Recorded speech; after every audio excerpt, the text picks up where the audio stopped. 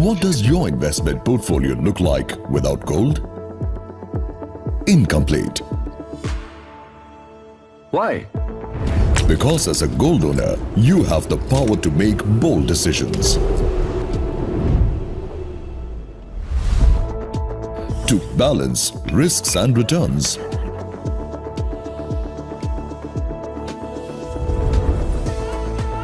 The power to buy and sell right at your fingertips. Because as a gold owner, you can secure your investments with your strategic advantage. Gold. Without which your portfolio is incomplete. Power your portfolio with gold. World Gold Council.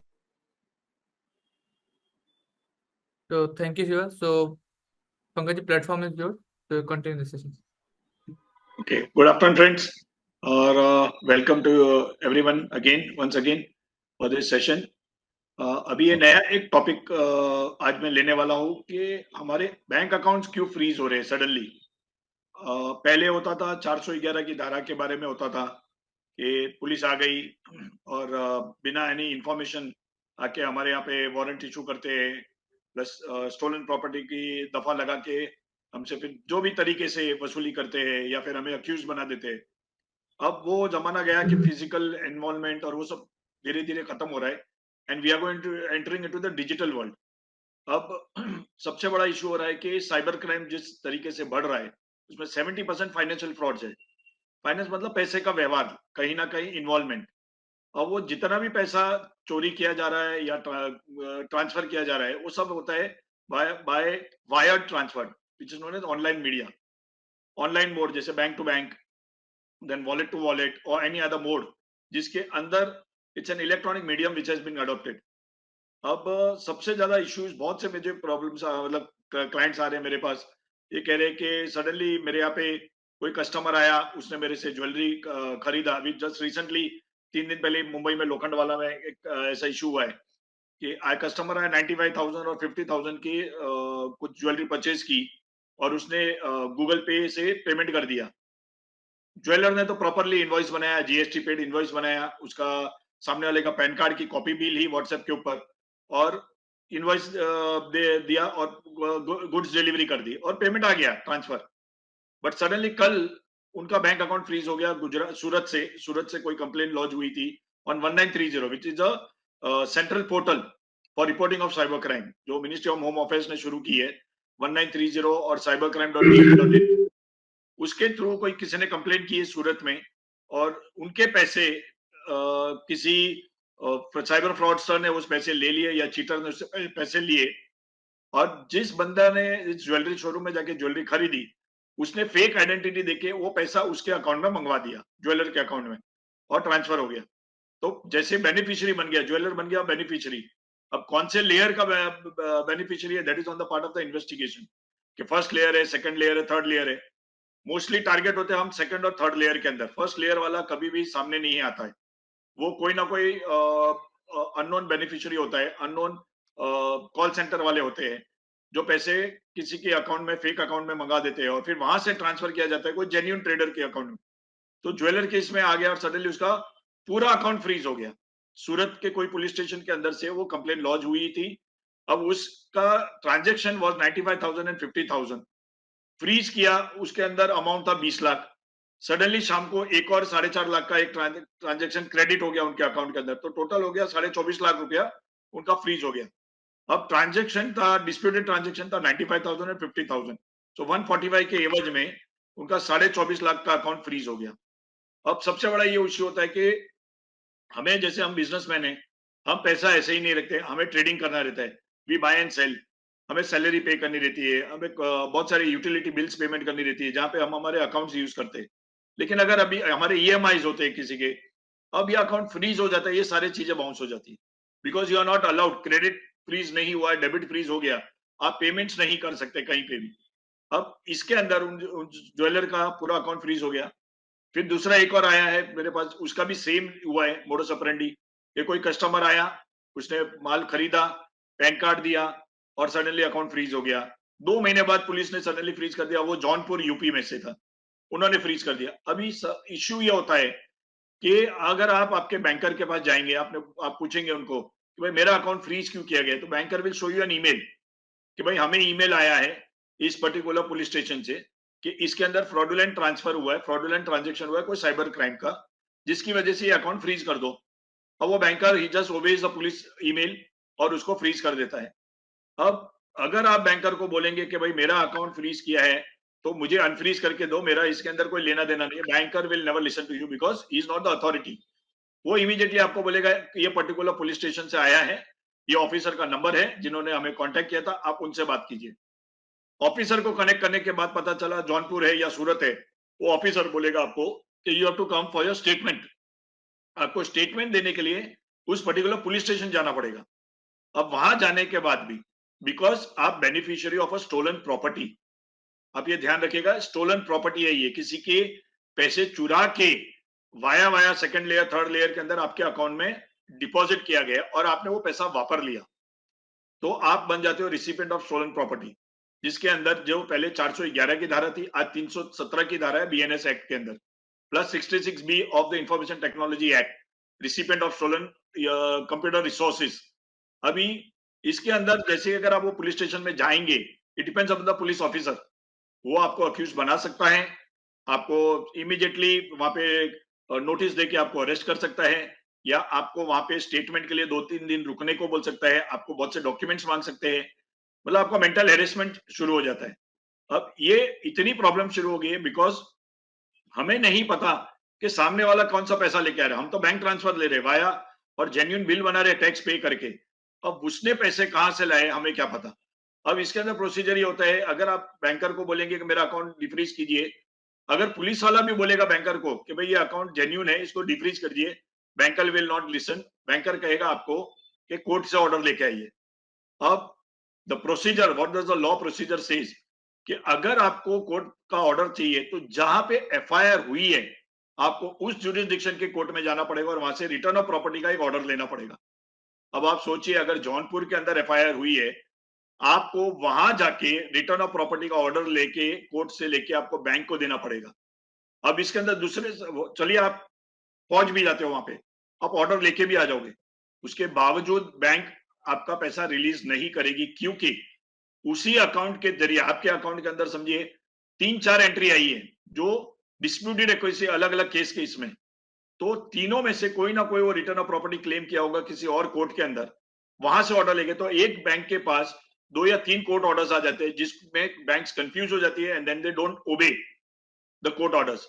ऐसे time पे first come first service basis होती है, contempt issue हो जाता है उस banker के against में, अननेसेसरीली हाईकोर्ट जाना पड़ता है, हाईकोर्ट से ऑर्डर लेके आना पड़ता है in the form of a writ.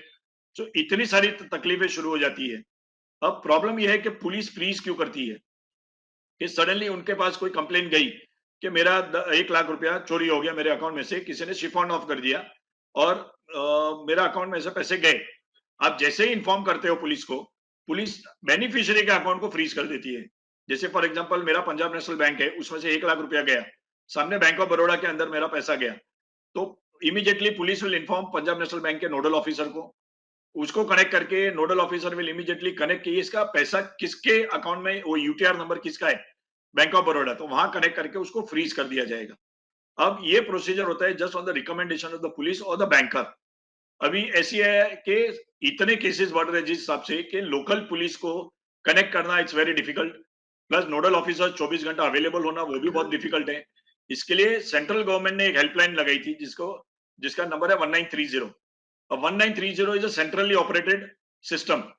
अगर आपका पैसा, किसी का पैसा गया, उसने 1930 पे कंप्लेन किया, तो आपको आपका अकाउंट फ्रीज हो गया, उसमें आपको पता ही नहीं चलेगा कौन से पुलिस स्टेशन में एफआईआर है, बिकॉज ये सेंट्रल रजिस्ट्री से हुआ है। आपको central ministry of home affairs is looking after this particular call centre. अब इसके अंदर बहुत इश्यू आती है कि आप कहाँ जाके इसको रिलीव करेंगे, आपका बैंक अकाउंट डिफ्रीज कहां से करेंगे, कौन से कोर्ट में जाएंगे, जुरिस्डिक्शन क्या है। तो बहुत से जगह पे क्या करते हैं अभी now law enforcement, they put up the number of the contact number of the complainant. आप कंप्लेनेंट से बात कीजिए, अगर कंप्लेनेंट आपके कंप्लेंट विड्रॉ करने को रेडी है तो हम आपका डिफ्रीज कर सकते हैं, जो ऐसा होता नहीं है, प्रैक्टिकली नहीं है, क्योंकि उसका पैसा गया है, वो चीटिंग का विक्टिम है ऑफ अ साइबर फ्रॉड, वो आपको जानता नहीं है, वो क्यों कंप्लेंट विड्रॉ करेगा। सेकेंडली, अगर इवन इफ ही अग्रीज, ये ऐसा केसेस है कि court will not allow that particular thing to happen, because एक ट्रांजेक्शन नहीं होता है, एक विक्टिम नहीं होता एक साइबर फ्रॉड में, वहां पे कम से कम 25-30 विक्टिम्स होते हैं एक ही मोडस ऑपरेंडी के अंदर। इसके लिए court doesn't allow that complaint to be withdrawn. अभी प्रॉब्लम ये है कि आप मुंबई में बैठे हो, कंप्लेंट सूरत में है, आप आपका अकाउंट डिफ्रीज कैसे कराएंगे? ये सबसे बड़ा इशू चलता है कि भाई I can not go to Surat, मैं वहां पे किसी लॉयर को जानता नहीं हूँ, मैं ऑफिसर को जानता नहीं हूँ, गारंटी नहीं है कि मैं जाऊंगा, आज जाऊंगा या कल जाऊंगा तो ऑफिसर मुझे मिलेगा, क्योंकि ऑफिसर के पास भी बहुत सारे काम होते हैं। एक ही ऑफिसर होता है जो 5-6 केसेस इंस्पेक्शन करता रहता है, डिटेक्शन करते रहते हैं। शायद वो कहीं आउट स्टेशन गया होगा किसी मुजरिम को पकड़ने, और आपका विजिट वेस्टेज हो जाता है। फिर आप वापस ऑफिसर को फोन करके सेकंड टाइम थर्ड टाइम जाओगे, उस टाइम पे भी नहीं मिलेगा, बंदोबस्त पे चला गया। आपका mental pressure and financially pressure इतना आएगा कि वी विल अलाउ कि भाई जाने दो यार, हमें नहीं करना। लेकिन डिफ्रीज करना बहुत जरूरी है, क्योंकि आपका सारा बिजनेस ऑपरेशन उस अकाउंट के ऊपर है। कुछ लोगों ने ये किया कि वो अकाउंट का एज इट इज छोड़ देते हैं, बोले यार छोड़ दो इसको, मैं दूसरा अकाउंट खोलता हूँ। आप ये मिस्टेक कभी ना कीजिएगा। आप जैसे ही दूसरा अकाउंट खोलेंगे आप वही पैन नंबर देंगे। फॉर एग्जांपल मेरा ही कंपनी का है, करंट अकाउंट है, मैंने दूसरे पैन नंबर से अकाउंट खोल दिया, इमीडिएटली वो भी ब्लॉक हो जाएगा, बिकॉज आपका pan is the same, pan number same है, तो वो भी फ्रीज हो जाएगा। दूसरी एक और प्रॉब्लम आ रही है, अगर मैंने मेरे अकाउंट में 1 लाख रुपया किसी का फ्रॉड पैसा आया, मैंने उस 1 लाख में से मैंने 50,000 रुपीज किसी को सैलरी दी या किसी को पेमेंट किया, तो उसका भी अकाउंट फ्रीज हो जाएगा, which is not as the second layer. उसने आगे अगर किसी और को 10,000 रुपया दिया, उसका अकाउंट भी फ्रीज हो जाता है, which is the third layer. ये 7 लेयर्स तक फ्रीजिंग का जो प्रोसीजर है, ये लॉ एनफोर्समेंट एजेंसी चलाती रहती है, विदाउट नोइंग कि भाई एक्चुअल कंप्लेंट कितने की है, आप फ्रीज क्यों कर रहे हो। सामने वाले का आप कम से कम बैंक अकाउंट स्टडी तो कीजिए, हु इज ही, आप उनका ये देखिए कि वे ऑफ डूइंग बिजनेस, उनके बिजनेस गुडविल क्या है, बिकॉज इतना टाइम पुलिस के पास नहीं होता। इसके लिए इमीडिएटली वो सीधा फ्रीजिंग ऑर्डर दे देते हैं। पहले होता था 102 कंप्लायंस होता था सीआरपीसी के हिसाब से, और वो इमीडिएटली फ्रीज कर देते थे। अभी इश्यू ये आ रहा है कि हमें इसको डिफ्रीज को रोका कैसे जाए, how can we stop this particular defreezing, वो आपके हाथ में। बिकॉज आपको एवरी डे आपका ऑडिट होना जरूरी है आपके बैंक अकाउंट्स में, कि आपके अकाउंट के अंदर कितने पैसे आ रहे हैं, किसके आपके जो ऑडिट होते हैं। सपोज फॉर एग्जांपल मेरे 5 इनवॉइसेस बने, पांचों इनवॉइसेस में से मेरे पांचों के अंदर पेमेंट्स आए, उसके जो आप केवाईसी लेते हो, बिकॉज जो कल्प्रिट्स आते हैं वो जो केवाईसी देते हो वो फॉर्ज्ड होते हैं, पैन कार्ड किसी का और का रहता है, और वो ट्रांजैक्शन किसी और के नाम से बिल बनाते हैं और पैसा किसी और से आता है। प्लीज ऐसे एक्सेप्ट ना कीजिएगा। हमें लगता है कि धंधे का लॉस हो जाएगा, बिजनेस लॉस हो जाएगा, वो परवड़ेगा आपको अक्यूज बनो, उससे अच्छा तो बिजनेस नहीं होगा, वो चलेगा। आपका जो पैसा आया हुआ है वो ब्लॉक हो जाएगा, फायदा क्या उस बिजनेस का। इसलिए फर्स्ट थिंग इज दैट, जो कस्टमर आपके यहाँ पे बिजनेस गोल्ड खरीदने आ रहे हैं या डायमंड्स खरीदने आ रहे हैं, पहले उनकी आइडेंटिटी लीजिए कि वो जो भी केवाईसी दे रहे हैं it belongs to him only, him और हर, उसी का है, किसी थर्ड पार्टी का नहीं है। सेकेंडली, अगर किसी बैंक से ट्रांसफर आ रहा है तो ये किसी थर्ड पार्टी से ट्रांसफर ना आ रहा हो, ये उसी बंदे का आ रहा है जो आपके सामने खड़ा है या जिनके नाम से इनवॉइस बना है। बिकॉज ये लोग क्या करते हैं, किसी और को विक्टिम बनाते हैं, आपका अकाउंट नंबर दे देते हैं और उसका पैसा आपके इसमें आ जाता है। अब वो कंप्लेन है, जो विक्टिम बना वो कंप्लेन करेगा तो आपका फर्स्ट लेयर बन जाएगा कि आपके अकाउंट में वो पैसा आया है। तो कहीं ना कहीं आप इन्वॉल्वमेंट एज ए कॉन्स्पिरेसी के अकाउंट के इन्वॉल्वमेंट के अंदर लॉ एनफोर्समेंट आपको फ्रेम कर सकती है। इसलिए ये थोड़े से होमवर्क है हमारा कि आप पहले किसी और के नाम का इनवॉइस बनाओ ही मत जो आपके सामने नहीं है। जिसका ट्रांसफर आ रहा है उसी के नाम का बैंक अकाउंट होना चाहिए। थर्ड, डोंट बिलीव एसएमएस या स्क्रीनशॉट्स। आपको आपका बैंक अकाउंट वेरीफाई करना है। मैं आपको बोल दूं कि मैंने 5 लाख रुपया ट्रांसफर कर दिया, मेरे मोबाइल के ऊपर मैं आपको बता दूंगा, ये देखिए फॉर एग्जांपल मैंने जीपे किया, जीपे में आपको बता रहा है टिक मार्क हो गया, आपको बता दिया, आपने बिलीव कर दिया। नो, यू हैव टू आपका लॉगिन कीजिए आपके बैंक अकाउंट के अंदर। अगर एनईएफटी या आरटीजीएस है कोई बात नहीं, जैसे वो क्रेडिट होने के बाद ही डिलीवरी दी जाती है। जैसे चेक इश्यू किया किसी ने, आप ऑन द स्पॉट गुड्स की डिलीवरी नहीं करते unless until the cheque is clear. तो वैसे ही जब तक आपके अकाउंट में वो पैसा क्रेडिट नहीं होता है आप उनको गुड्स डिलीवर मत कीजिएगा, because 75 to 80% people are fraud, they are just showing screenshots. Applications है जो आपको इमीडिएटली बताएंगे कि ये देखिए पैसा आपके अकाउंट में क्रेडिट हो गया है, तो उसको बिलीव न कीजिए, बिकॉज वो फ्रॉडस्टर होते हैं। अभी दूसरा रहा कि अगर आपके अकाउंट में किसी फ्रॉडस्टर का पैसा आया है, अनअकाउंटेड पैसा आपके अकाउंट में दिख रहा है, कि फॉर एग्जांपल मेरे अकाउंट में 2 लाख होना चाहिए और उसके अंदर मुझे 2.5 लाख रुपया दिख रहा है, 50,000 आपको रिकलेक्ट नहीं हो रहा है किसका है, इमीडिएटली कॉल योर बैंकर, या फिर आपके बैंक को एक ईमेल डाल दीजिए, या ऑनलाइन जाके उसको रेड फ्लैग टिक मार्क कर दीजिए। रेड फ्लैग आप उसको बैंकर को इन्फॉर्म कीजिए कि kindly make this transaction as a red flag, मतलब वो उसी अमाउंट को फ्रीज किया जाएगा। और अगर कल लॉ एनफोर्समेंट एजेंसी आती है आपके पास, या कोई ईमेल भेजती है बैंक को कि इसके अकाउंट के अंदर फ्रॉडुलेंट डिस्प्यूट आया 50,000 रुपीज का, अकाउंट फ्रीज कर दो, तो bank will take your side कि sorry we will not freeze the account, because client ने खुद ने जो अनअकाउंटेड पैसा आया उनको, उन्होंने उसको रेड फ्लैग टिक मार्क कर दिया है, so that amount is blocked and it is not used, तो आपका पूरा अकाउंट फ्रीज नहीं होगा। अब इसके अंदर ही रिसेंटली कर्नाटका हाईकोर्ट ने एक जजमेंट पास किया है, प्लस बॉम्बे हाईकोर्ट के अंदर भी एक जजमेंट पास किया हुआ है, सुप्रीम कोर्ट ने भी किया है कि अगर किसी का अकाउंट फ्रीज किया जाता है बाय पुलिस और by banker, they are not authorised to do it, उतना ही अमाउंट को लीन किया जाए जितने अमाउंट का कंप्लेंट है। फॉर एग्जांपल 50,000 का कंप्लेंट है, आपके अकाउंट में 20,000 आया है, तो पूरा अकाउंट फ्रीज करने की जरूरत नहीं, सिर्फ वो 20,000 को लीन मार्क कीजिए। ये इंस्ट्रक्शन है by the high courts, but problem ये हो रही है पुलिस तक वो हाईकोर्ट के जजमेंट्स मालूम नहीं पुलिस को, या फिर बैंकर्स को पता नहीं है, वो पूरा अकाउंट फ्रीज कर देते हैं।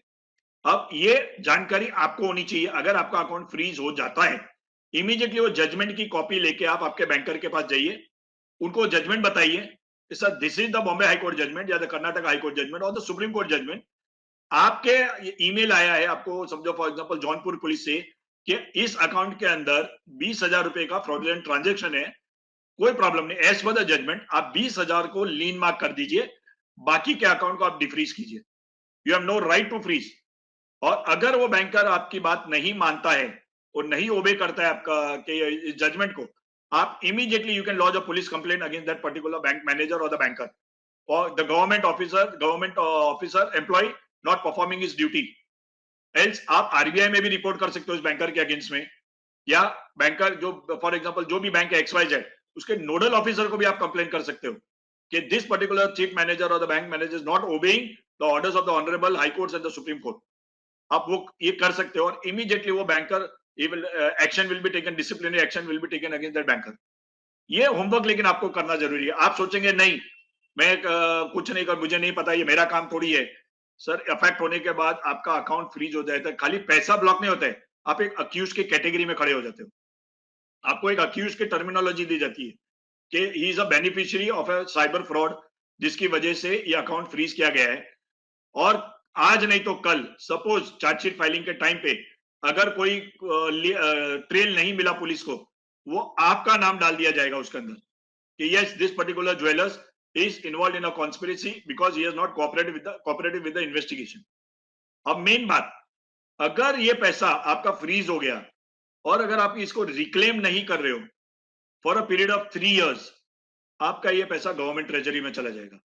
और एक बार गवर्नमेंट ट्रेजरी में गया, to recover that particular money is a very lengthy procedure, because when it goes to the government treasury it is a central government, the RBI, और वहां से लेके आना मतलब आपको जितना अमाउंट नहीं बोलते 4 आने की मुर्गी और 8 आने का मसाला, it will be like that. So it's better be cautious. लेकिन सबसे पहले प्रैक्टिस है कि आप जो काउंटर के तरफ है, अगर आप सावधानी से रखेंगे तो आप तक ये नौबत ही नहीं आएगी कि आपके अकाउंट फ्रीज हो। सबसे आइडेंटिफिकेशन ऑफ योर कस्टमर, जैसे बोलते हैं KYC, नो योर कस्टमर, वो आपको बहुत जरूरी है, बिकॉज जहां जहां भी फ्रीज हुए it is a third party account जिससे पैसा है, जिसकी वजह से फ्रीज हुए। डायरेक्ट सपोज मैं जा रहा हूं, मैं पंकज बाफना जा रहा हूं कोई XYZ ज्वेलरी शोरूम में, मैं मेरा ही पैन कार्ड बता रहा हूं या आधार बता रहा हूं और मेरे ही अकाउंट से पैसा अगर आ रहा है, तो आप सेफ हो, आपके पास एक डिफेंस हो जाता है कि यस, और प्लस आपके पास वीडियो फुटेज है कि मैं खुद आया हूं, लेकिन मैं आ रहा हूं पैन कार्ड किसी और का बता रहा हूं और बैंक अकाउंट जो ट्रांसफर आ रहा है वो थर्ड पार्टी का आ रहा है, दैट मीन सस्पिशियस, कुछ ना कुछ इसके अंदर प्रॉब्लमेटिक है। Please do not do that transaction. एक छोटे से बिजनेस ट्रांजेक्शन करने के इसमें आप बहुत बड़े लॉस में चले जाओगे। So this are the small things जो आपको ध्यान रखना है।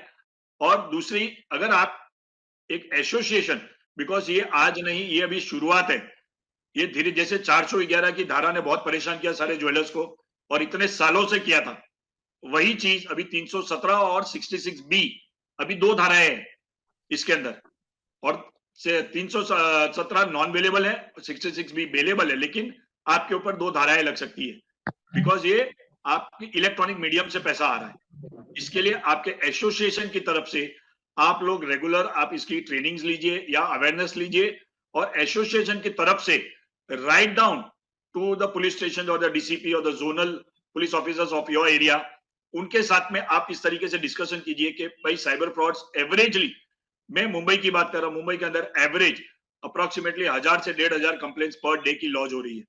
आप सोचो पूरे इंडिया लेवल पे क्या हो रहा है, और सब में 90% फाइनेंशियल फ्रॉड्स है, 90% फाइनेंशियल फ्रॉड्स है। अभी सबसे ज्यादा लेटेस्ट फ्रॉड चल रहे जो है stock market scam, crypto currency और डिजिटल अरेस्ट, और सब में पैसा मांगा जाता है, वो अननोन ट्रेडर्स के अकाउंट नंबर दिए जाते हैं। फॉर एग्जांपल, मेरे को कॉल आया, मैं स्टॉक मार्केट स्कैम के अंदर इन्वॉल्व हो गया, मैं विक्टिम हूं, मुझे 5 अकाउंट नंबर दिए जाएंगे, जिसमें से 4 फेक होंगे जो अक्यूज के खुद के होंगे, क्रिमिनल्स के, और एक अकाउंट जो होगा जो जेन्युइन ट्रेडर का होगा। जैसे पहले होते थे कि आज से 40 साल पहले स्मगलिंग एक्टिविटी होती थी, तो पुलिस को टिप ऑफ दिया जाता था कि सर यहाँ पे माल उतरने वाला है, तो 15 बॉक्स आते थे, उसमें से एक बॉक्स पकड़ाया जाता था, 14 बॉक्स निकल जाते थे। The same way cyber criminals अभी वैसे ही ऑपरेट करते हैं। 4 अकाउंट जो उनके खुद के होंगे वहां पैसा जाएगा, और एक अकाउंट होगा जो जेन्युइन ट्रेडर का होता है, जिसमें हम हो सकते हैं, ज्वेलर हो सकता है, कोई भी बिजनेसमैन हो सकता है, उसके अकाउंट में पैसा मंगवाया जाता है। और जैसे ही पैसा, बिकॉज कंप्लेनेंट तो पूरे उसका अकाउंट का कंप्लेन करेगा कि मेरा 40 लाख गया, 50 लाख गया, और ट्रेल में अगर आपका नंबर निकला कि भाई 5 अकाउंट में से आप मिले, 4 तो मिल ही नहीं रहे, आप अक्यूज नंबर 1 बन जाएंगे, बिकॉज आप मिल गए। तो इसके लिए वो आप वेरीफाई योर क्लाइंट्स, केवाईसी बराबर प्रॉपरली ये कीजिए, एंड है प्रॉपर ट्रेनिंग एंड नॉलेज, और वो जजमेंट जो मैं अपने इग्जा के इस ग्रुप में डाल दूंगा, वो जजमेंट आपके पास हैंडी रखिए। अगर आपका बैंकर फ्रीज कर देता है, immediately show that judgement and get it defreeze, आपको कोर्ट तक जाने की जरूरत नहीं। शैलेंद्र, कुछ क्वेश्चंस होंगे किसी के तो? Sure sure, thank you Pankaj sir, आपने मेरी आवाज क्लियर आ रही है? या क्लियर, एकदम क्लियर है। यस या first of all thank you very much to you sir, आपने बहुत एक साधारण भाषा में आज ज्वेलर्स के दर्द को बिल्कुल एक्सप्लेन किया है। एंड फर्स्ट ऑफ ऑल मैं थोड़ा लेट कनेक्ट हुआ, and first of all I'd like to welcome all of हमारे सभी ज्वेलर साथियों का आज के इस ज्ञान वेबिनार में मैं शैलेंद्र उपाध्याय स्वागत और अभिनंदन करता हूँ। और जैसे आज का विषय पंकज जी ने रखा है सर, यहाँ पे हमारे पास रेगुलर जब हमने ये इसका ये किया, इस विषय को रखा हमारे ग्रुप में, तो हमारे पास कई कॉमन सवाल आए हैं, तो मैं 2-3 सवाल कॉमन है जो आपके सामने रखूंगा। साथ ही साथ यहाँ जितने भी ज्वेलर्स बंधु हमारे कार्यक्रम में हैं, उनके कोई भी सवाल हो तो कृपया कर आप या तो चैट बॉक्स में ड्रॉप कर दे, हम आपके क्वेश्चंस वहां से ले लेंगे, या फिर सर के स्पीच के बाद हम आपकी डिवाइस, आप कृपया कर हैंड रेस कर दें तो हम आपकी डिवाइस को यहाँ से अनम्यूट कर देंगे। सर जैसे आपने बात की, पूरे अपने आपने 10 मिनट के स्पीच में मूलतः पूरे इश्यूज को कवर अप कर दिया। मेरे माइंड में एक चीज आ रहा था, हम अभी sir IBJA conclave all over India में कर रहे हैं, हर हफ्ते हमारे एक इब्जा कॉन्क्लेव चल रहा है, हर महीने हमारे 2 ज्ञान वेबिनार होते हैं। हमारे सामने अभी ये नागपुर में भी समस्या आई थी सर, और हर जगह कहीं ना कहीं ये कॉमन इश्यूज आ रहा है। मेरे माइंड में एक थोड़ा आउट ऑफ द बॉक्स एक बात आई थी सर, कि हमारे मध्य प्रदेश में, मैं मूलतः मध्य प्रदेश का रहने वाला हूँ, यहाँ पे कोई भी इशू होता है किसी भी जनरल आदमी को, तो मध्य प्रदेश गवर्नमेंट एक MPCM हेल्पलाइन बना करके रखा हुआ है सर, और उसमें 24 आवर्स के अंदर उस पे एक्शन होता है गवर्नमेंट का, है ना। वो यदि एक L1 एक नीचे के अधिकारी तक वो सिस्टम नहीं हुआ, you must have heard about it sir, यदि नीचे सोल्यूशन नहीं हुआ तो ऊपर तक जाता, और जब तक जो कंप्लेनेंट है वो सेटिस्फाइड नहीं होता तब तक वो कंप्लेंट बंद नहीं होती है। सेम सर अभी रेलवे में है, रेल मदद करके एक ऐप चला है सर, वो भी बहुत जल्दी आपके कंप्लेंट को रिजॉल्व करती है एट अ टाइम। तो सर बात ये आ रही है कि यहाँ के जो आज इशू उठा है, तो क्या ज्वेलर्स के पास ऐसी कोई टेक्नोलॉजी है जिससे वो पता कर सके कि जो हमारे पास एक पेमेंट आ रहा है तो इसका क्या क्या सोर्स है, क्या ये वैलिड है, अनवैलिड है, व्हाइट है या ब्लैक है करके, तो ऐसी कोई टेक्नोलॉजी है क्या ये पहला ये सवाल है। सर सबसे पहले तो ऐसा टेक्नोलॉजी पूरे वर्ल्ड में नहीं है कि ये पैसा व्हाइट है जी। ब्लैक है बिकॉज हाँ, हमारे हाँ। दिमाग में व्हाइट क्या होता है, बैंक से आया तो व्हाइट है, कैश आया तो सर, ब्लैक है, सर, हमारे दिमाग में सर, वैसा चलता है, सर। जबकि ऐसा कुछ होता नहीं है, ब्लैक व्हाइट है, ये ट्रांजेक्शन नहीं होते। आज के तारीख साइबर जी, क्राइम के अंदर मैं बताऊं तो ऑनलाइन सर, ट्रांजेक्शन जितने भी हो रहे हैं वो जी। क्रिमिनल्स उसी को ब्लैक समझते हैं। तो सर और ये जो साइबर फ्रॉड जैसे आपने बताया कि ये सब ऑनलाइन पेमेंट के कारण ये सब समस्या आ रही है, तो एक ज्वेलर्स को इन सब चीजों से बचने के लिए ऑनलाइन पेमेंट लेते समय किन बातों का ध्यान रखना चाहिए? ये जो सर मैंने वही बताया कि जब ऑनलाइन पेमेंट लेते हो तो सबसे पहले तो पेमेंट करने वाला बंदा कौन है, सामने कौन जी, खड़ा है। जी, सेकेंडली आपको जो आप इनवॉइस बता रहे हो या आपको वो केवाईसी दे रहा है, पैन कार्ड दे हम्म, रहा है या आपको अपना आधार कार्ड दे रहा है, वो हम्म, किसका है। हम्म, मतलब पता चला मैं लेने को आ रहा हूँ, मैं बोलूंगा नहीं मेरे मम्मी के नाम का बिल चाहिए, मैं मम्मी का केवाईसी दूंगा कि मम्मी का आधार मेरे पास है, जी, बिल भी जी, मम्मी के नाम से बना हुआ, लेकिन थर्ड हम्म, पेमेंट में बोलूंगा मेरा भाई करेगा और पेमेंट थर्ड पर्सन से आ रहा है। हम्म, प्लीज हम्म, 99% फ्रॉड होते हैं ये, कभी ना कभी नहीं, क्योंकि कोई गवर्नमेंट का ऐसा लॉ नहीं है कि मम्मी के नाम के, अगर मम्मी को अगर ज्वेलरी चाहिए तो बेटा खरीद नहीं सकता है, जी, कि एब्सोल्युटली बेटा करेक्ट। पेमेंट नहीं कर सकता है। हम्म, वो आपको इस तरीके से गुमराह करेंगे because they are very well train, professional training है उनको। वो ऐसे करेंगे नहीं सर हमको इनकम टैक्स में मम्मी के बैलेंस शीट में बता, वो उनका लुकआउट है, आपका नहीं। जी, जी, आप उनके शूज में मत स्टेप हो जाइए। मैं ओके उसका कस्टमर का टैक्स बचाने के लिए आप उल्टे सीधे काम में निकल जाओगे, यू विल एक्सेप्ट फेक दूसरे identities which is not as per the law, और आप फंस जाओगे। आप आपका काम है जो लेने आया है उसी को देना है, सिंपल। जैसे हम कोरियर कैसे होता है, जिसके नाम का कोरियर है उसी को मिलेगा। उस टाइम पे हम नहीं बोल सकते मैं वाइफ हूँ सर मुझे दे दीजिए, डीएचएल एब्सोल्युटली या जो भी they do not agree, OTP है आप दीजिए, correct. or else the jewelers can adopt a particular system. Now this is where the association comes into picture. कि फॉर एग्जांपल अगर कोई मुझे ऑनलाइन पेमेंट करने वाला है, एक्सेप्ट फॉर एग्जांपल किसी क्यूआर कोड से या किसी की, they can also have an OTP system of their own showroom और ऑफ द एसोसिएशन, कि आपको देखिए आपको रजिस्टर्ड मोबाइल, आप हमारे कस्टमर हो, आपका रजिस्टर्ड मोबाइल नंबर दीजिए हमें, मतलब आपका हमारे डेटाबेस में होना चाहिए, हम उसके ऊपर एक ओटीपी भेजेंगे, उसी से अगर आएगा that will match with your banker. Okay, but obviously it is sounding के यार ये क्या है, लेकिन एक बार अडॉप्ट कर लिया it will be very easy, because जिस तरीके से टेक्निक से फ्रॉड्स बढ़ रहे हैं, यू कैन नॉट इमेजिन, हम एक डिटेक्ट करते हैं दूसरा तैयार हो जाता है। अभी रिसेंटली क्यूआर सर कोड के आपने ऊपर भी स्टार्ट हो गया है, क्यूआर कोड के अच्छा ऊपर भी नाउ दे स्टिकर्स लगा देते हैं कि ये मेरा क्यूआर कोड है। जैसे फॉर एग्जांपल अमेज़न से कोई पार्सल आया आपके यहाँ पे, आपके ज्वेलर्स के यहाँ पे कोई पार्सल देने को जा रहा है, और बोलेगा कि सर पेमेंट कीजिए, आप बोलेंगे ओके क्यूआर कोड दो, वो अपने मोबाइल से क्यूआर कोड बता रहे हैं। अभी उसके अंदर फिर सडनली जैसे स्कैन करोगे आपको उसका कंपनी का नाम आ जाएगा अमेज़न, लेकिन वो फेक भी होते हैं, करेक्ट है, 50-60% फेक होते हैं, और जैसे ही आप वो स्कैन कर दोगे आपका बैंक अकाउंट डिटेल उसके बाद चला जाता है, करेक्ट है, absolutely correct. And then they may penetrate into your system, और आपका पैसा जो होता है, this is not across the counter, but कैसे आपके अकाउंट में फ्रीजिंग कर सकते हैं लोग, आपके अकाउंट में पैसा ट्रांसफर कर सकते हैं, और ट्रांसफर होने के बाद आप विक्टिम नहीं, आप अक्यूज बन जाते हो। तो ये बेसिक छोटी सी चीज है, प्रैक्टिस में लाओगे बहुत इजी हो जाएगा, प्रैक्टिस में नहीं लाओगे तो बहुत लेंदी लगेगा, अरे ये कौन करेगा। And I tell you frankly sir, उसको डिफ्रीज कराने में इतना पेन है जो मैं देखता हूँ, एक साल लगता है डिफ्रीज करने में। एक बार यदि सर इसको कुछ इसकी समय सीमा होगी, कितने दिन में हम इसको यदि क्लेम नहीं किए तो ये गवर्नमेंट 3 साल के अंदर अगर आपने क्लेम नहीं किया है तो गवर्नमेंट ट्रेजरी में चला जाएगा। ओके, और उसके बाद की क्या प्रक्रिया होती सर? यदि उसके बाद सर 2 जनरेशन लगेंगे आपको पैसा वापस लेने में। अब आपकी इच्छा 2 जनरेशन को कुछ गिफ्ट देना हो तो। सर 2 सवाल और हैं, फिर हम ऑडियंस के सवाल लेंगे। पहला सवाल ये है कि जैसे आईपीसी की धारा 411, 412 खत्म होके 317 अभी आ गई है, तो ये जो नई धारा 317 आई है तो आ गई है, तो स्टोलन प्रॉपर्टी से इसका क्या लेना देना सर, ये भी प्लीज यदि। अभी ये 300, अभी जैसे ये बैंक ट्रांसफर्स में जो होता है, पहले होता था गोल्ड होता था, तो गोल्ड फिजिकल प्रॉपर्टी होती थी, मूवेबल प्रॉपर्टी होती थी। अब ये बीएनएस और बीएनएस एक्ट के अंदर डेफिनेशंस में bank account is also termed as property, और उसको मूवेबल प्रॉपर्टी में ट्रांसफर कर दिया गया है, और इलेक्ट्रॉनिक मोड वो भी इस डेफिनेशन में ले लिया गया है।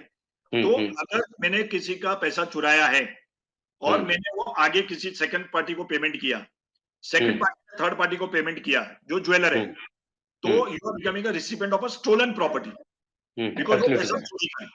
तो आपके अकाउंट में, और वो अकाउंट में आपने अगर ऐसे ही पड़ा है तो ऑब्वियसली अगर आपके पास कोई क्वेरी आती है या कंप्लेन आती है आप उसको रिफंड कर सकते हो, लेकिन आपका नुकसान हो जाएगा बिकॉज आपने गुड्स तो डिलीवरी कर दी, आपने माल बेच के वो पेमेंट लिया किसी से, तो आपका तो नुकसान हो गया, माल गया। लेकिन 317 की धारा में आपको पैसा रिफंड करना ही पड़ेगा क्योंकि ऑनलाइन बैंकिंग भी इसमें इंक्लूडेड है 317 में। तो आपको पैसा अगर आपने यूज कर दिया तो आपको अक्यूज बनाया दिया जाएगा या आपके अकाउंट को फ्रीज कर दिया जाएगा इमीडिएटली, और वो भी डेबिट फ्रीज होगा, क्रेडिट फ्रीज नहीं, क्योंकि आपके अकाउंट में जैसे जैसे पैसे आते जाएंगे वो फ्रीज होते जाएंगे, आप यूज नहीं कर पाओगे उसको।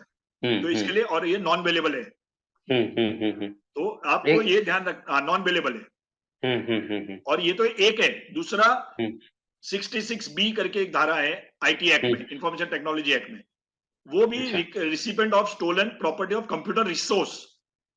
अच्छा, ये भी उसमें लगता है कंप्यूटर रिसोर्स, बिकॉज ये जो पैसा आया है वो किसी कंप्यूटर के थ्रू ट्रांसफर किया गया है। Because without computer can you do online banking? No, absolutely. You can do it with the mobile banking, but mobile is also termed as a computer. Absolutely correct. तो कहीं ना कहीं आपका electronic device use हुआ है और उसके जरिए कोई भी रिसोर्स आपके पास आया है, you become the recipient of stolen property. तो ऐसे में आपके ऊपर 2 धाराएं लग जाती है, 317 और बीएनएस और 66B ऑफ आईटी एक्ट। तो आपके ऊपर 2 केसेस चल जाएंगे, मतलब एक ही केस में 2 ट्रायल चलेगी आपके ऊपर। तो इससे बचने के लिए आपका सिंपल चीजें हैं कि आप जितना हो सके उस बैंक अकाउंट को आप मिनिमम टू मिनिमम आप केवाईसी फॉलो कीजिए। सेकेंडली, अगर आपको जानकारी हो जाती है, जैसे मैंने बताया कि अगर रेड फ्लैग करके एक बैंकिंग सिस्टम ने स्टार्ट किया अभी आरबीआई ने, जैसे अलर्ट जिसको हम बोलते हैं, that is known as a red flag. उस ट्रांजैक्शन को रेड फ्लैग कर दीजिए, you become a witness, then you don't become an accused.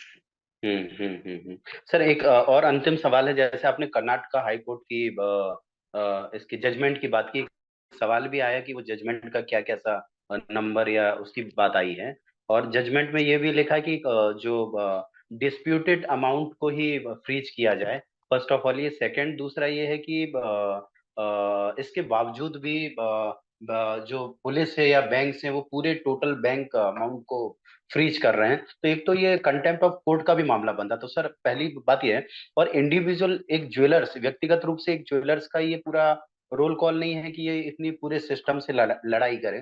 तो ये हमको जानना है कि सर इसमें एसोसिएशन की क्या भूमिका हो सकती है इस पूरे मामले में? सर एसोसिएशन का है, जैसे ये कर्नाटक हाईकोर्ट का जजमेंट है, एसोसिएशन चाहे तो उसको एक वर्डिक्ट बना सकते हैं, they can file similar petition in the supreme court and make a verdict for the whole country कि this judgement should be accepted across the country. तो क्या होता है कि समझो अभी फॉर एग्जांपल मैं यहाँ की पुलिस को बोलूंगा यार कर्नाटक हाईकोर्ट का जजमेंट है, it depends upon the officer. वो बोलेगा नहीं हमारे स्टेट को लागू नहीं होता है, जो जबकि वैसा है नहीं, लेकिन बहुत से पुलिस वाले मानते ही नहीं है, रेडी नहीं है। सर आपने जैसे सवाल पूछा, यदि एक स्टेट कोर्ट का कोई जजमेंट है तो क्या वास्तव में वो दूसरे उस पे रेफरेंस के तौर पे हम उसको जजमेंट को लागू नहीं करा सकते हैं, लेकिन वो क्या रहता है, कोर्ट टू कोर्ट रहता है। जैसे अभी कर्नाटक, बिकॉज उनके क्या रहते हैं, जैसे जजमेंट आ गया कि लीन अमाउंट, लेकिन उसके जो अंदर की मूल हिस्ट्री होगी वो अलग होगी। तो क्या फॉर एग्जाम्पल अभी आपके यहाँ पे ट्रांसफर आया बैंक ट्रांसफर से, और वो जजमेंट के अंदर वॉलेट ट्रांसफर है, तो वो ऑफिसर या फिर वो बैंक क्या बोलेंगे, सर ये तो वॉलेट ट्रांसफर के ऊपर जजमेंट दिया गया है, आपका बैंक ट्रांसफर की वजह से नहीं है ये। तो अगर डिस्प्यूट करना है तो बहुत सी जगह है उनको, लेकिन क्या है, what is the final verdict, उसको एक्सप्लेन करना रहता है, जहां लीगल टर्मिनोलॉजी आती है जो मोस्टली ज्वेलर नहीं एक्सप्लेन कर पाता। तो क्या होता है, एसोसिएशन के लेटर हेड पे अगर जाता है, इट मेक्स अ वेटेज। अच्छा, बहुत बड़ा वेटेज होता है। और सेकेंडली क्या होता है, लॉ एनफोर्समेंट एजेंसी को खुद को मालूम नहीं है ये कैसे कोई जजमेंट है। तो अगर आप ही लोग, अगर एसोसिएशन, अगर आपके जैसे पुलिस वाले जो एरिया के जोन के होते हैं, आप उनको ही अगर ट्रेनिंग दो कि सर देखिए ऐसे जजमेंट्स आए हैं, जहां पे प्लस बैंकर्स है, जैसे मैं अभी ऑलरेडी बैंकर्स को ट्रेन करता हूं, तो उनको ये जजमेंट्स दे रहा हूं कि डू नॉट फ्रीज, आपको अरेस्ट कर जा सकता है, मैनेजर भी अरेस्ट होते हैं इसके अंदर, कि आप कंटेम्प्ट ऑफ कोर्ट का ऑर्डर कर रहे हैं, आप कोर्ट की तौहीन कर रहे हो। लेकिन वो जजमेंट मेरे हिसाब से आप अगर अपने हैंडी रखो अपने मोबाइल में, तो 10 में से 2 मैनेजर रिफ्यूज करेंगे, बट 8 विल अग्री, बिकॉज वो भी क्या है, अपने रिकॉर्ड में रखेंगे। वो पुलिस ऑफिसर को बताएंगे सॉरी आपने जो बोला पूरा फ्रीज करने को मैं नहीं कर सकता हूँ, अकाउंट होल्डर ने मुझे जजमेंट बताया है जो मैंने वेरीफाई किया है, it is a proper judgement, not a fake judgement. I will follow the court verdict, not the police order.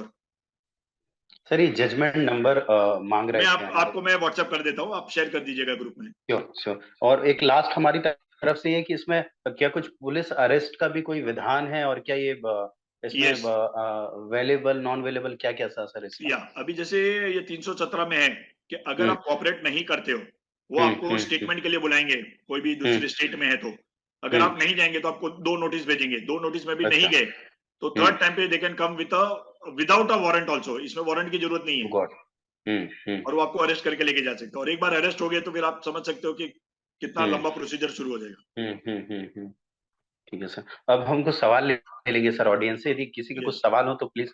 एक सवाल था ये कर्नाटका हाईकोर्ट के जजमेंट नंबर को लेकर के, तो प्लीज हम फॉरवर्ड कर ही देंगे. सेकंड, कोई भी सवाल हो तो कृपया कर, हम अगले 10 मिनट और सवाल लेंगे, 5-6 सवाल लेंगे. उसके बाद वेबिनार को यहीं पर एंड करेंगे.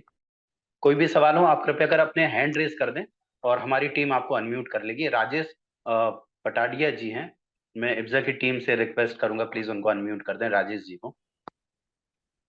हेलो. हाँ राजेश जी बोलिए. हाँ सुनाई दे रहा है? Yes yes. पंकज सर, आपका मोबाइल नंबर आप दे सकते हो तो कभी ऐसा मोड आए तो आपसे सलाह मशवरा करके, हम जैसे आपने पूरी इंफॉर्मेशन तो अच्छी दी है, हम उसको पूरा फॉलो करके, लेकिन फिर भी कभी कभी क्या पुलिस और बैंक ऑफिसर सपोर्ट नहीं करते, तो आपकी हेल्प वही इम्पोर्टेंस रहती है हमको. श्योर. आप मेरा मोबाइल नंबर नोट डाउन कर सकते हो. एक है 93 okay 222 okay 86 088. 932286 088. Okay. Thank you sir. हाँ, लेकिन कोई भी कॉल करने से पहले प्लीज एक मैसेज डाल दीजिएगा, बिकॉज हो सकता है मैं कोर्ट में रहूंगा और आपका फोन ना उठा पाऊं. यस. और दूसरा एक सजेशन है कि जैसे आप छोटे छोटे ऐसे वीडियो इंस्टा का ऐसा पूरा थोड़ा आप बना के भेजो तो हम क्या. सर इतना टाइम मुझे नहीं मिलता है. नहीं, कभी भी आपको टाइम मिले छोटा, तो हम क्या वडोदरा ज्वेलर्स का सेक्रेटरी हूँ, तो हम छोटा छोटा ऐसा पूरा ग्रुप में घुमाते रहते, तो उसके क्या सब अलर्ट हो जाते हैं कि सर, लेकिन क्या है ये मेरे से तो मेरे पास टाइम नहीं मिलता है कैसे कि आज, क्योंकि इब्जा के इस पे हूँ, इसके लिए मैंने ये किया है. बट मुझे वो वीडियो बनाने का भी टाइम नहीं मिलता, बिकॉज पूरा दिन तो मेरे कोर्ट कचहरी और इसी में निकल जाता है. क्योंकि दो तीन सेंटेंस भी समझ में आ जाएगा ना ज्वेलर्स को, तो अलर्ट हो जाएंगे कि राजेश जी हम बिल्कुल प्रयास करेंगे. तब तक समय समय पे सर आते रहते हैं हमारे वेबिनार में, और हम उनको इनवाइट भी करेंगे. आगे हमारे इब्जा कॉन्क्लेव भी होंगे आपके शहरों में, तो डेफिनेटली हम लोग पूरा प्रयास करेंगे. लेकिन व्यस्तता के कारण अभी सर कुछ कमिटमेंट नहीं कर पाएंगे. अगला सवाल है 80 से, आई थिंक 80 ज्वेलर्स से कोई जुड़े हुए हैं. प्लीज उनकी डिवाइस को अनम्यूट कर दें. 80 ज्वेलर्स से. Sir good afternoon. Good afternoon. Sir मेरा बस ये सवाल है, ये जो सुप्रीम कोर्ट के जजमेंट्स की आपने बात करी है, ये सर हम डेली कहाँ से डाउनलोड कर सकते हैं? ये आपको, अगर आप जाएंगे सुप्रीम कोर्ट की वेबसाइट पे भी मिलेंगी आपको, या फिर बहुत से आप गूगल पे भी अगर आप डालेंगे कि सुप्रीम कोर्ट मतलब SC supreme court judgement on freezing of accounts, तो आपको उसमें भी मिल जाएंगे. फिर इंडिया कानून करके है, बहुत सारी वेबसाइट्स है. अच्छा okay sir. Thank you very much sir. Bhavesh Solanki ji को प्लीज अनम्यूट कर लेंगे. हेलो. हाँ भावेश जी. हाँ भावेश जी बोलिए. सर अब हम देखते हैं कि जैसे छोटे छोटे ज्वेलर के ऊपर कभी कोई चोरी के माल की कार्यवाही आती है तो इमीडिएट अरेस्ट का मतलब पुलिस ये सब करते हैं, तो उससे करने के लिए कुछ मतलब इंसाइटफुल है, मतलब कुछ कर सकते हैं कि भाई लॉयर से बात करिए पहले, या कुछ ऐसा? अभी जैसे तो आई विल ऑलवेज सजेस्ट, मैं तो ऑलवेज कहते ही आ रहा हूँ, बट पता नहीं हमारे ज्वेलर्स भाई बंधु बोलते हैं ना, 4 आने की मुर्गी के रोते हुए 1 रुपया जाने देते हैं. एसोसिएशन अगर एक लीगल एंटिटी अगर हायर करके रखे रिटेनरशिप में, ये पूरे एसोसिएशन, फॉर एग्जांपल आपकी 100 दुकानें हैं एक एसोसिएशन में, तो 100 दुकान का एसोसिएशन आपका एक एडवोकेट को अगर हायर करके रख ले ऑन अ रिटेनर बेसिस, तो किसी के पास भी कुछ भी प्रॉब्लम आती है तो इमीडिएटली वो हायर विल बी रिस्पॉन्सिबल, मतलब the advocate will be responsible. वो इमीडिएटली आपको रेस्क्यू में आ जाएगा. जैसे अगर इनकम टैक्स की रेड आती है, आप इमीडिएटली अपने सीए को बुलाते हो. ओके. तो वैसे ही अगर एसोसिएशन की तरफ से अगर कोई लॉयर हो जाए जिसको मंथली पेमेंट पे आप रखिए, वहां पे बैठा के मत रखिए, भले रिटेनरशिप पे रखिए, आपको बहुत फायदा होगा उसके अंदर। बिकॉज आप खुद को इतने लॉ की जानकारी नहीं हो सकती, नॉट प्रैक्टिकल है, और ऑफिसर लोग आपसे डरेंगे भी नहीं, सबसे पहली बात तो। Okay, thank you, very insightful. या थैंक यू भावेश जी। पंकज जी, लगभग 40-45 मिनट का समय हो गया है और सर का भी हमारा सर्टेन टाइम मिला हुआ था। पंकज जी, एक दो सवाल और ले लें सर, यदि आपकी परमिशन होगी। पंकज जी, एक दो सवाल ले लें हम? जी जी, हाँ, ले लीजिए ले लीजिए। या ये रामचंद्र जी हैं, प्लीज इनका डिवाइस। रमेश चंद्र जी, आपको कोई सवाल है, पूछ सकते रमेश चंद्र जी, आपकी प्लीज रखिए।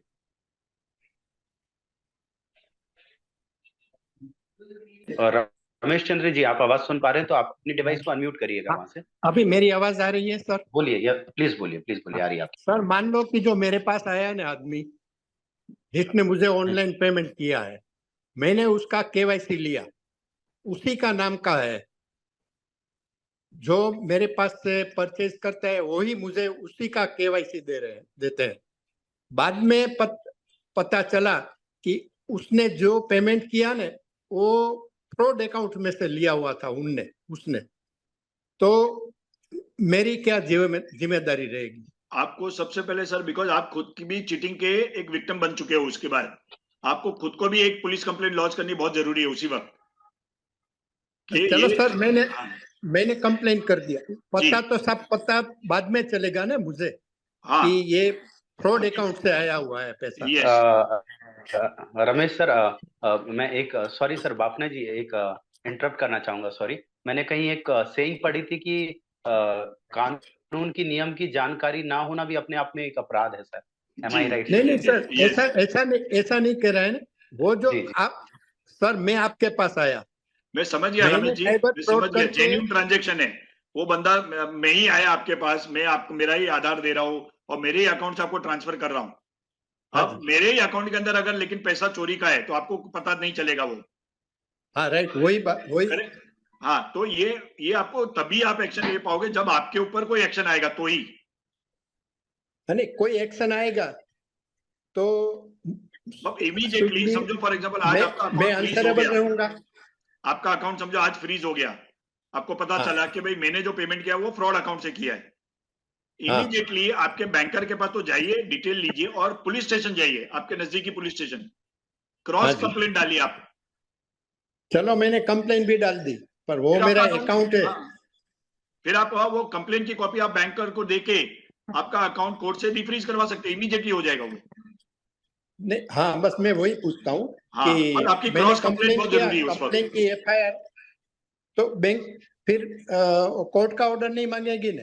नहीं, कोर्ट का ही ऑर्डर लाना पड़ेगा, बिकॉज फ्रीज करना बैंक के हाथ में, डिफ्रीज करना बैंक के हाथ में नहीं है। तो सर, उसके लिए तो जब कोर्ट में केस चलेगा तब वो मुझे ये देंगे ना ऑर्डर। देखिए, अभी जैसे जॉन से जुरिडिक्शन में, जैसे मुंबई में अगर आप केस डालोगे तो ऑब्वियसली मुंबई में 5-6 महीने चले जाते हैं, लेकिन अगर छोटे छोटे शहरों में जाओगे तो मेरे हिसाब से वहां 15-20 दिन में हो जाता है।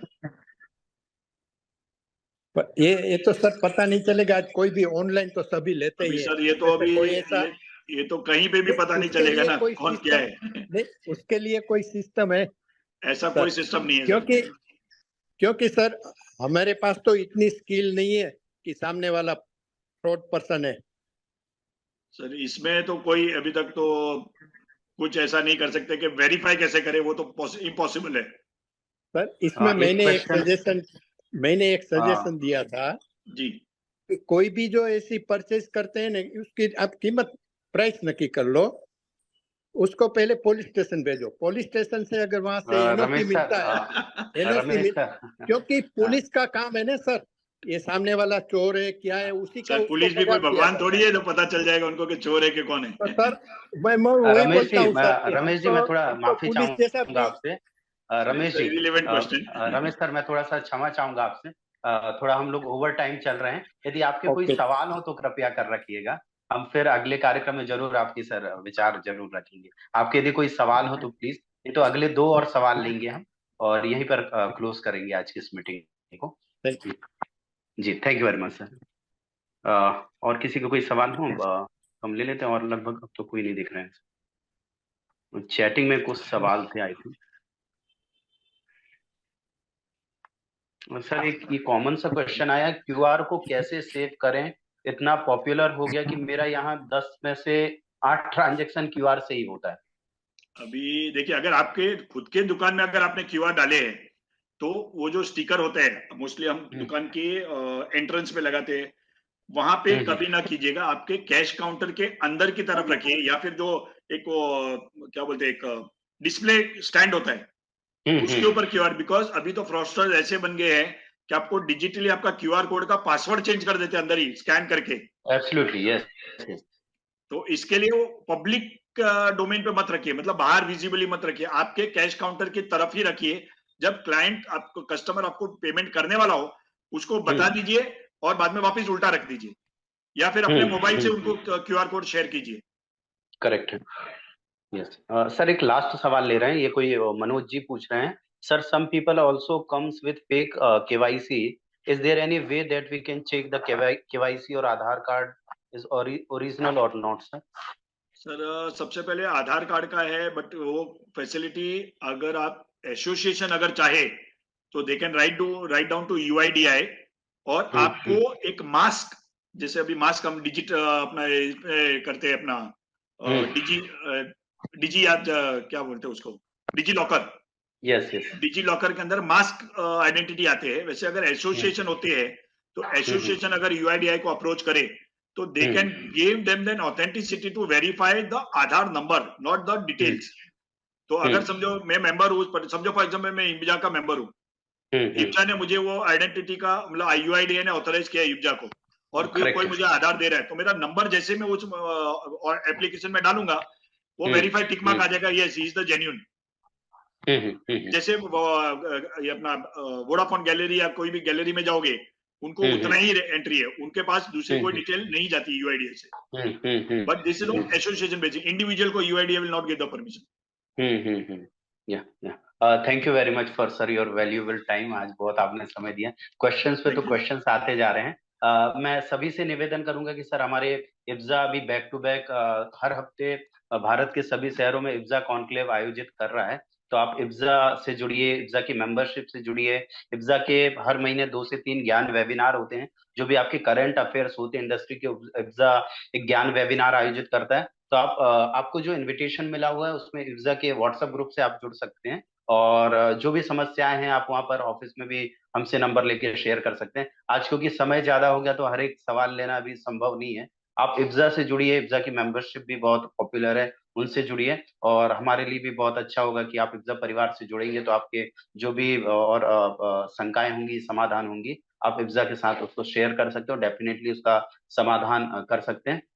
मैं दोबारा आज के इस कार्यक्रम में जुड़े हुए सभी ज्वेलर साथियों का, सराफा स्वर्णकार व्यापारी भाइयों का स्वागत और अभिनंदन करता हूं। और पंकज जी से रिक्वेस्ट करूँ, एक बार मैं इब्जा टीम का भी आभारी हूँ, सौरभ जी का, पंकज दुबे जी का, जो आज के इस कार्यक्रम को हमें बैक ऑफिस से पूरा सपोर्ट कर रहे हैं। और पंकज जी से रिक्वेस्ट है कि यदि और कुछ बोलना तो करें, नहीं तो हम आज के वेबिनार सेशन एंड कर दे, सेशन एंड कर दे।